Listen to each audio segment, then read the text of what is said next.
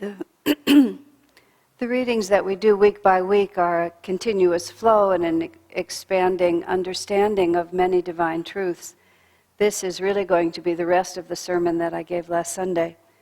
Some of you may recall, who are here, it was all about karma and the interworkings and how each one of us is part of this, just a thread in a tapestry. And after I'd finished just talking about how inexorable everything is and how we're just standing here and we really have no control anymore, after I sat down, I could hear in everyone's mind, what about free will? So I suggested as a kind of PS that you go read a particular section in a particular book of Swamiji's. But perhaps we can do a little better today. So today, in our reading, we have that extraordinary phrase from the Bible, those who walked in darkness were suddenly illuminated. You know, they saw this great light. It's just a thrilling passage. And then it's illustrated even more by that story of Paramahansa Yogananda's life, in which as a baby he was healed by the presence of light descending. And the Master explains how in the presence of light no darkness can exist. This is self-evident, isn't it? I learned a very important lesson, both about divine teaching and about respect for what the Guru teaches, even if you don't always understand it right from the start. The healing prayer that we offer as a matter of course that Yogananda taught to us, that Master taught to us, is Divine Mother, manifest thy healing presence in the bodies, minds, and souls of those for whom we are praying. When I was very young on the spiritual path, I sort of thought that if a little bit is good, more is better. So instead of saying manifest thy healing presence, I just started saying manifest thy energy, light, and joy. And because I was a person of great enthusiasm, and what I became enthusiastic about often trickled out, gradually vast numbers of Ananda people were saying that prayer, Divine Mother, manifest thy energy, light, and joy. And I never thought twice about it. And about 25 years passed, and I was sitting somewhere, at home, reading a particular book. I don't remember which book it was, but it just had that simple statement. The presence of light heals. Manifest thy healing presence. And it's a wholly different philosophical statement. It's merely when we are in the presence of God, we are healed, because illness is not being in the presence of God. It's not a question of having a broken body or anything like that. When we are separated from that divine presence, we feel diseased one way or another. Whether that manifests through the body breaking apart or not, what we want to be healed from above all is that sickness of consciousness. And to sort of then describe with the ego, I want energy, I want light, I want joy, just take something that is essentially cuts delusion off at the root and tries to paste Band-Aids on all the separate pieces. So, due to the presence of email, thank God, I sent out notes to every address I had that I could possibly imagine, telling people, you might not even know that this prayer was changed, but I changed it. By all means, change it back right now. But you see how easy it is for us to sort of get something that sounds fairly good and then sort of use it and not realize that we've taken the teaching down just an inch or 2 or 3 or 4. And once you sort of start, an aberration and you keep going that way, suddenly you end up a place you don't really want to be. Almost all our delusions are assumed just sort of one layer at a time.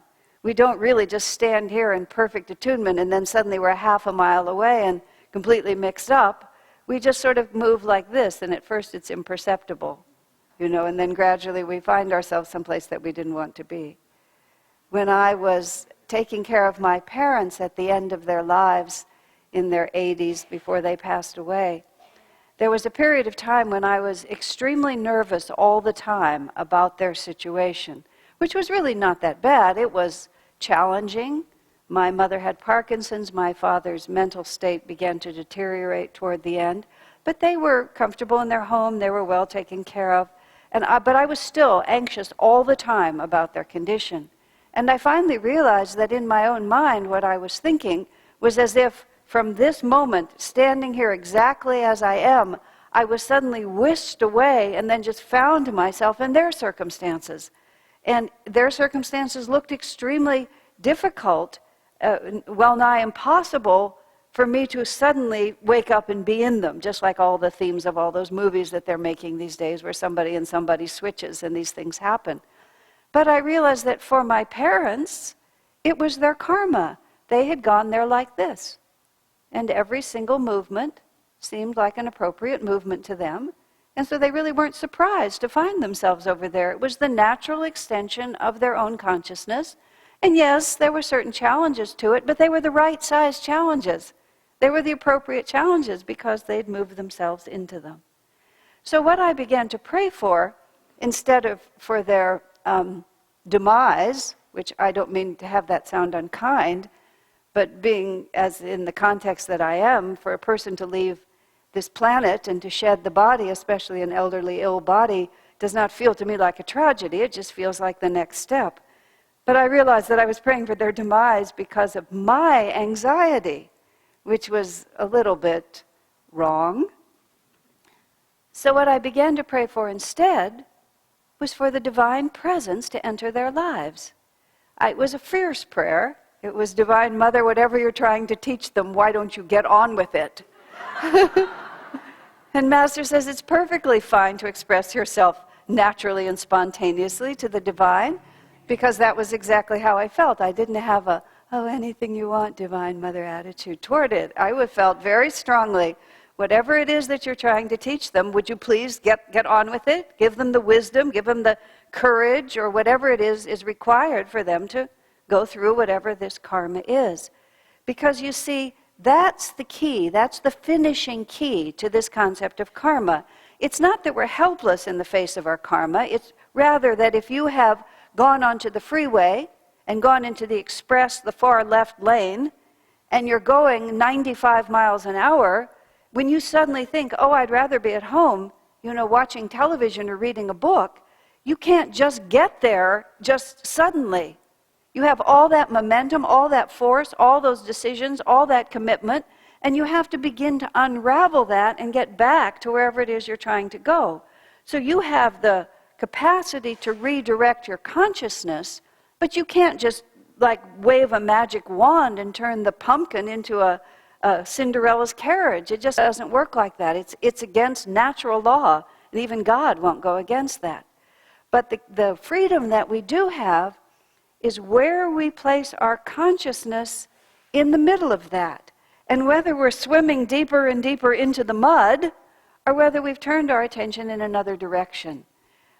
For a number of years, David and I, from time to time, would go someplace where we could do scuba diving.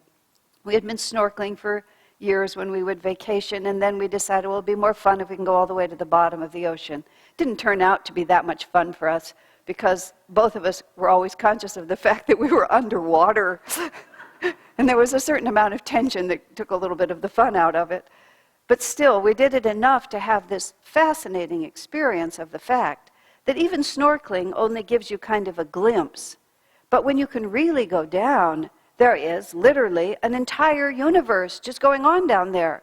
And we were comfortable enough to just kind of wander around in it, coral reefs and strange animals and wrecked ships and all the things that happen. And it's all a nonverbal world, and all those little fishes and things are running out their little destiny. They're completely unconscious of the fact that a whole world is going on above them, just as we are unconscious of the fact that the world is going on down there. And then you make these transitions. You go up, and then all of a sudden, you're here and you break through, and you're looking around at this world, which is happening.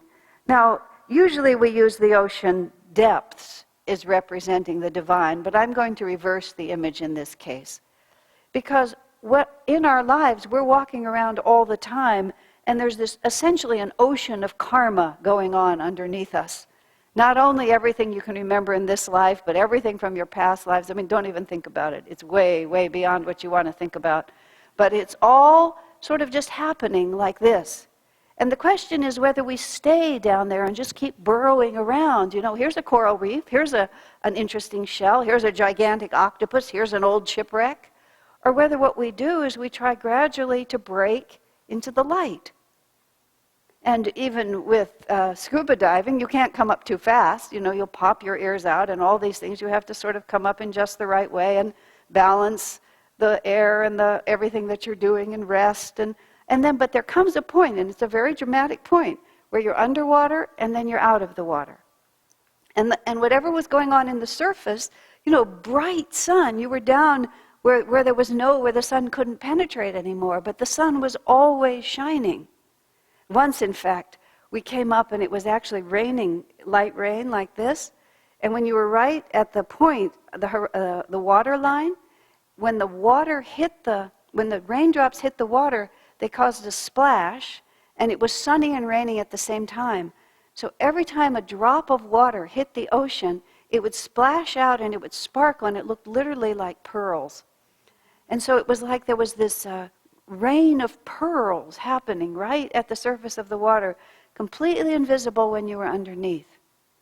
And so in our personal lives, the freedom that we have, freedom comes when we no longer identify with the ego and all the karmic conditions it's created.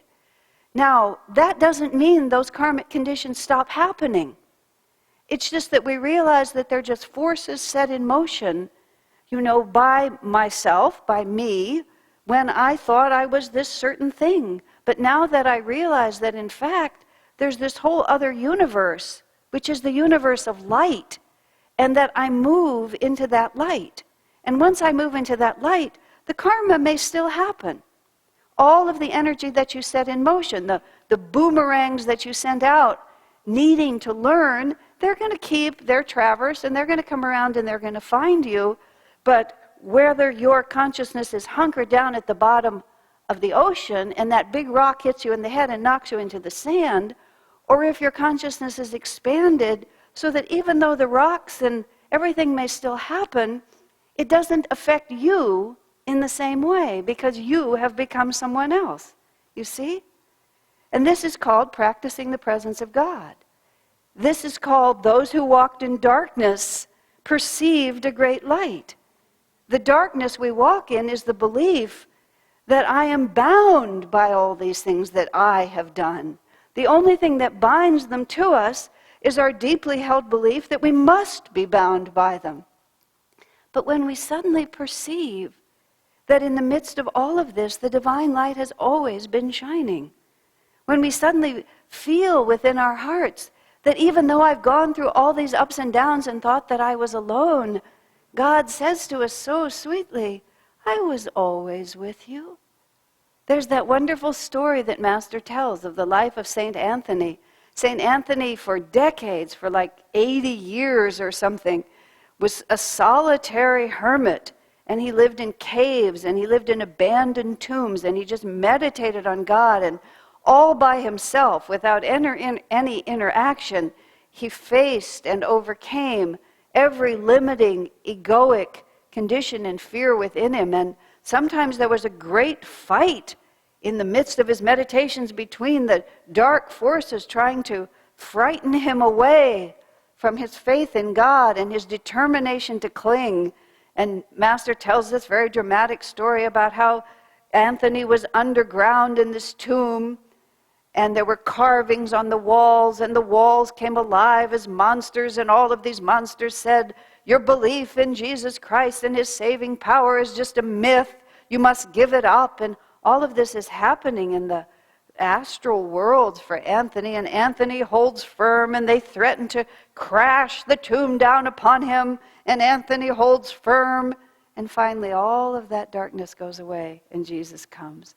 And I love Anthony's absolutely natural response. He looks at the presence of his Savior who has now banished all this darkness, and Anthony says, where were you?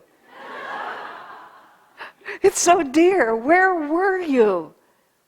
And Jesus says, Anthony, I was just the same with you. Meaning I was always with you. I was always behind all of that. But we have turned away from the divine and quested after so many transitory things. I want this, I want that. Oh, I'll be a little bit religious when things go wrong, but now that things are going better, whew, I'm off again.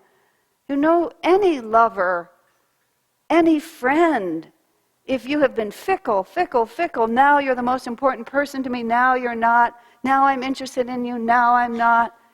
If you've come back and say, well, now I'm serious, I think any discerning person is going to say, we'll see. You know, we're not going to just rush over again and place our life at your feet until we see a little bit how serious you are. Well, the divine romance is just the same. For many, many lifetimes, we only come to God, as Ramakrishna said, when this man says, you know, my wife has left me, I'm impoverished, my parents have died, I'm going to become a renunciate. Ramakrishna says, you have not renounced the world has renounced you. You know, when the world renounces us, then all of a sudden we think, oh yeah, I have a friend somewhere, I'll go back to God. And as soon as the world crowds in again, we turn our back. So God wants to know if we're serious. Do you really love me? Or is this just a romance of convenience? Are you just on the rebound? You know? And because, of course, everything on the divine scale is magnificent, it ends up showing up like St. Anthony. But you see, that's the end of all of it, is that we don't really stop the cycle. We just simply break through to the surface where the world is raining pearls of great price. Whenever we feel ourselves, you know, too much in the world of karma, say, Divine Mother, manifest thy healing presence. And then those who walked in darkness will perceive a great light. And those who walked in darkness are us. And those who will perceive the great light will be each one of us.